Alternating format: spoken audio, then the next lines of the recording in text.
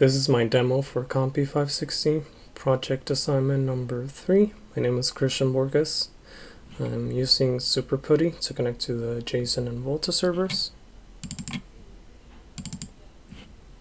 Just a second as I set up here.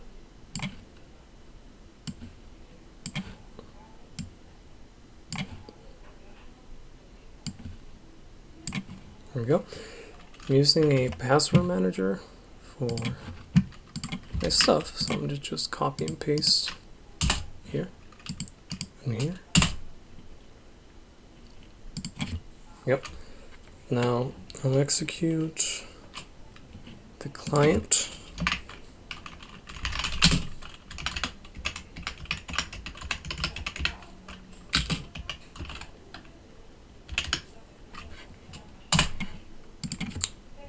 As well as the server.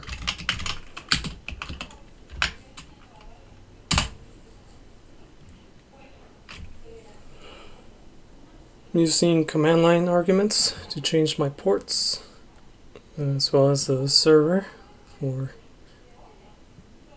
just to make development more easy. And I'll input a string. Christian Borges with sentence ends. Enter. You can see here is a string that was captured. The server receives that over here and reverses it, and then the client receives it over here. Next, I'll open up the client code and the server code. See the server code, server.c. There we go. So I'll start with the server on the left.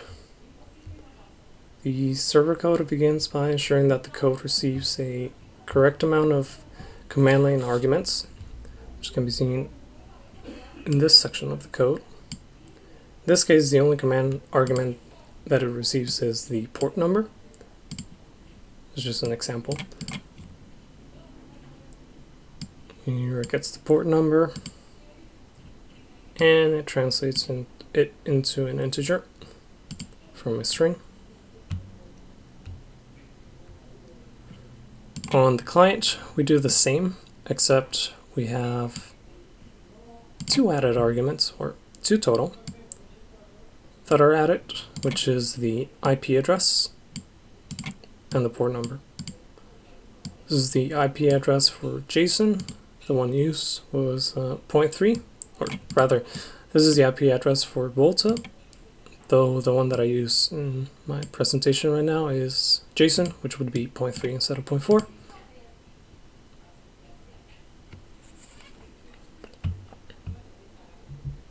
Okay, now then,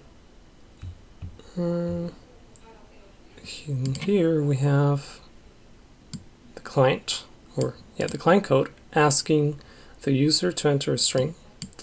Captures that. But before we hit enter, if we were to hit enter, it would continue trying to connect and it would fail since the server is not set up, which is why I go back to the server.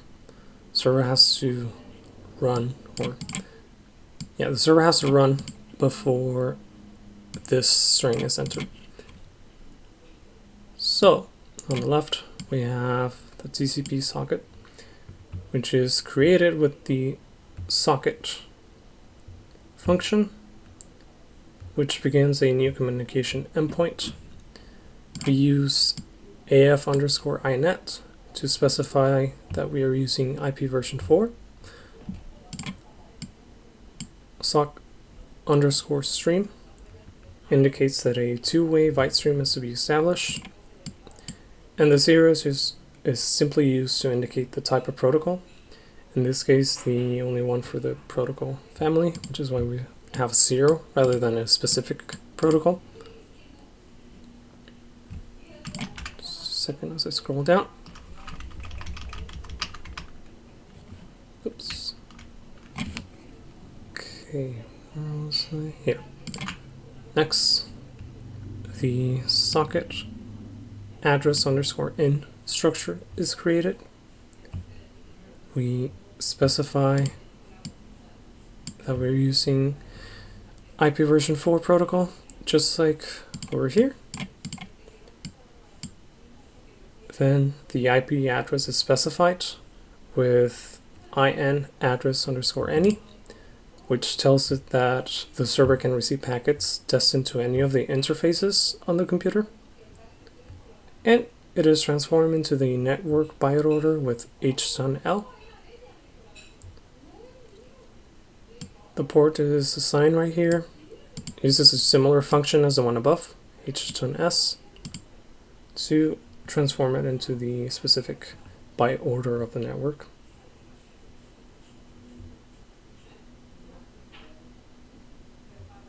Finally, the socket is bound to the IP address and port using the bind function. We pass a socket identifier that was created up here.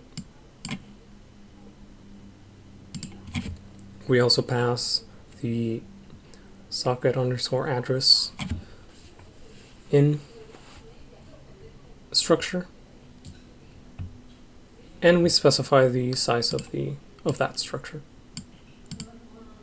Next, we set the socket to listen by passing in the server socket, as well as the max number of clients that the server should listen to.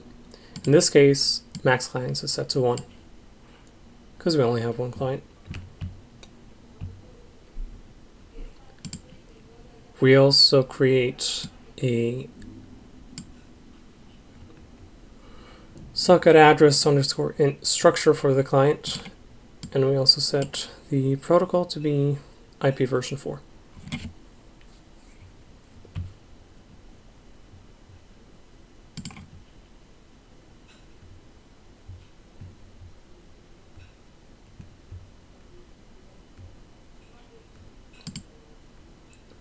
Excuse me for a second.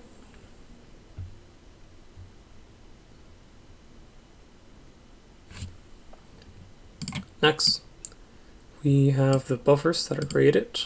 This is where this is a buffer for the receiving string that is sent from the client, and this buffer is used for sending the reverse string. Scroll down and click. Right. Next, we have the accept function.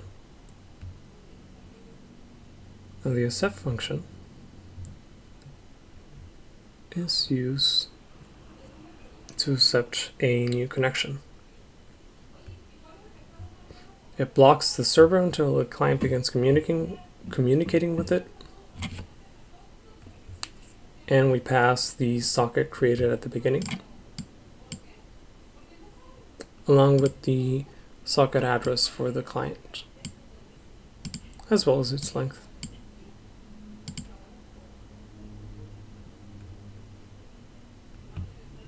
Now I'll switch to the client code on the right. Client code is a little bit more simpler than the server code. In essence, it also creates a socket right here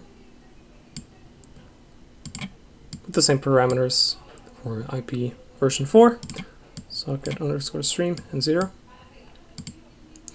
It then starts to create a connection. We do that. Just a second, let me scroll down so that it's a bit more centered. Okay, so here we commence the same socket address in structured, but instead of connecting to any IP address, we specify the one that is to be used. In this case, we use rp_i, which translates to the one that I used originally earlier in my video. We use inet_address, which converts the IP address string to its corresponding integer value. And we also use hsense to get the port number, which has to be the same one as the one specified on the server. Client then calls connect,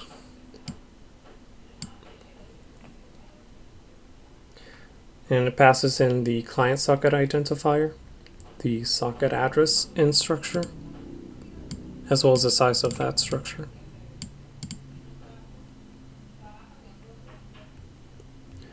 This then attempts to interface with the server's accept function. Once this happens, the server is unblocked and continues to the read function. Now the read function is right here.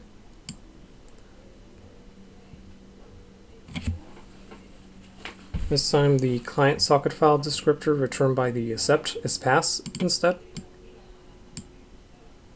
along with the buffer variable in which the message that is to be received will be stored at, as well as the number of bytes it should attempt to read. On the client side, it calls the send function with the string buffer attached, as well as the length of that string. Back on the server side, it receives the message and passes it to a function right here. Now this function is very simple. It's a string reverser. It just reverses the string by taking the address of the received string, as well as the address of the variable to place a new string. The function uses a simple for loop that accesses the end of the string based on its length.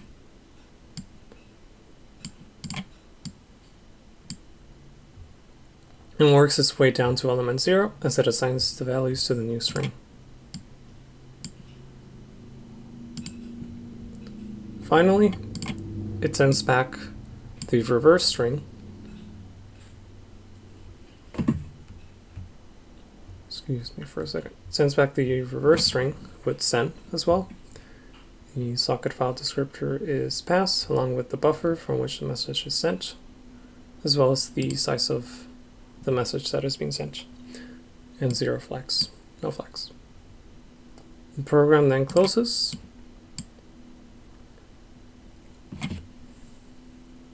and the appropriate closes the connection with close and the appropriate socket file descriptor, so both the client and the server sockets are closed. The client side, we call the receive function as well. Now this one receives the reverse string, and it's printed out here, and just like the server, it closes the client socket. Now one last thing that I need to explain is this small function. All it does is you pass a string, it prints out that string, and it exits out. Serves as a good way to debug the program or find out where it's going wrong.